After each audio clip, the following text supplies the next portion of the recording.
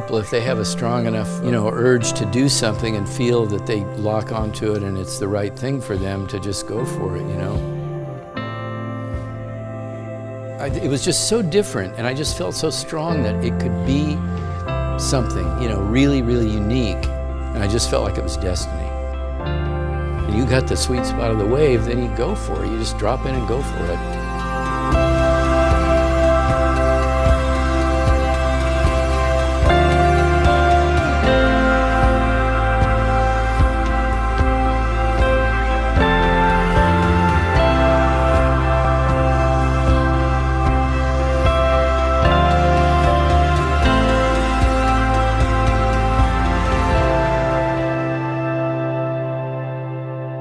Tattoo thing, I got really interested in it when I was a little kid. My best friend's dad had some tattoos from World War II. In those days, people with tattoos either had been in the Navy or jail. That was it. Started drawing tattoos on neighborhood kids. My buddy Lenny, whose dad had the work on him, and I set up a little toy tattoo shop in our house. I found these colored pencils you could dip in water and they turned into like a marker, like watercolor. And I used a Maybelline eyeliner because it was greasy and black enough when we do the outline, and then I'd color them in. It seized me, and I just thought it was something. It's all that I ever knew how to do. It's the only thing I was ever good at, still. But I didn't get into it with any kind of strategy. I believed in it. I thought it had this incredible magnetism. And of course, I dug the fact that it was so, people really, man, it gets a reaction. Tattoos will get a reaction every time. It doesn't matter how popular. Now people are going, oh yeah, you're sleeved out and stuff. But still, because it's that thing about, it's on you forever. And you say, but then you're going to die. It's not like, your work's not going to be in the Louvre,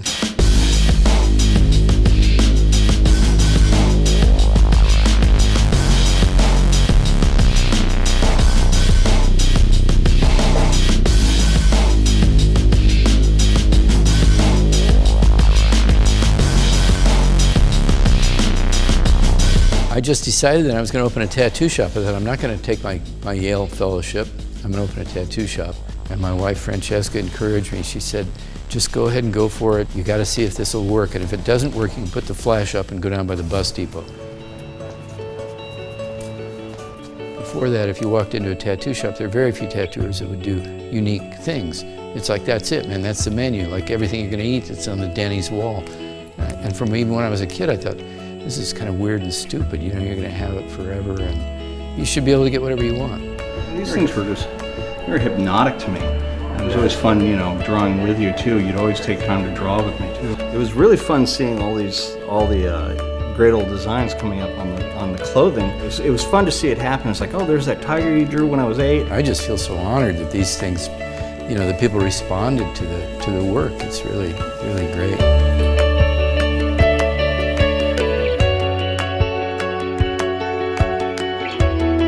I got into it doing it professionally because I was inspired by the Japanese stuff, which nobody was really doing in the West. Sailor Jerry was a little bit in Zeke, but now there's been a revival of interest. It's like real art history where people are picking up on all these different things. That's some flash of Jerry's, and these things hung up here were actually carnival tattoo flash that were all wired together so they could set up on the midway and just let these things go, and they would unfold in streams of designs.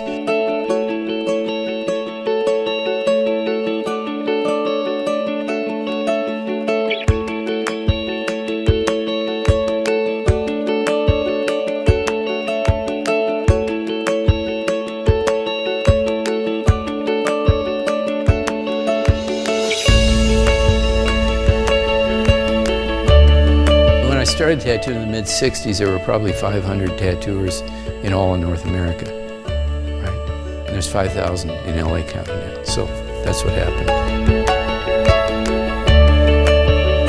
I think that's one of the things that's really cool about what Ed does in general is, he's taking the history of tattooing and honoring these tattooers that he's, kind of on the shoulders of giants type of thing. And he's doing his own thing with it, and I think that's the great thing about the tradition of Flash in general is that you're building on what people were doing before you, and you make it your own, but it still belongs in that historical lexicon of images. If Ed had been in there or something had happened, tattooing as we know it would not be what it is, because between education and publication and just doing work that was outstanding himself, he really transformed tattooing. I think that that's really powerful.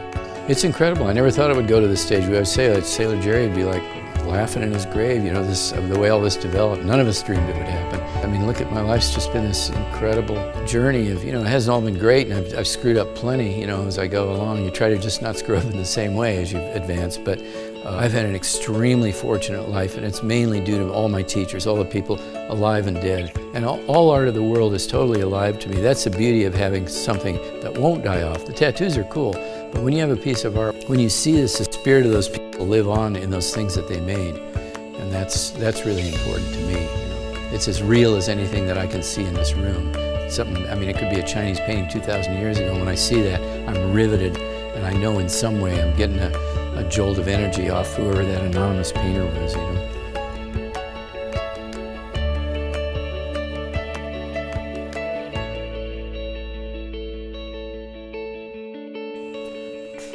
Okay, that's how you do it.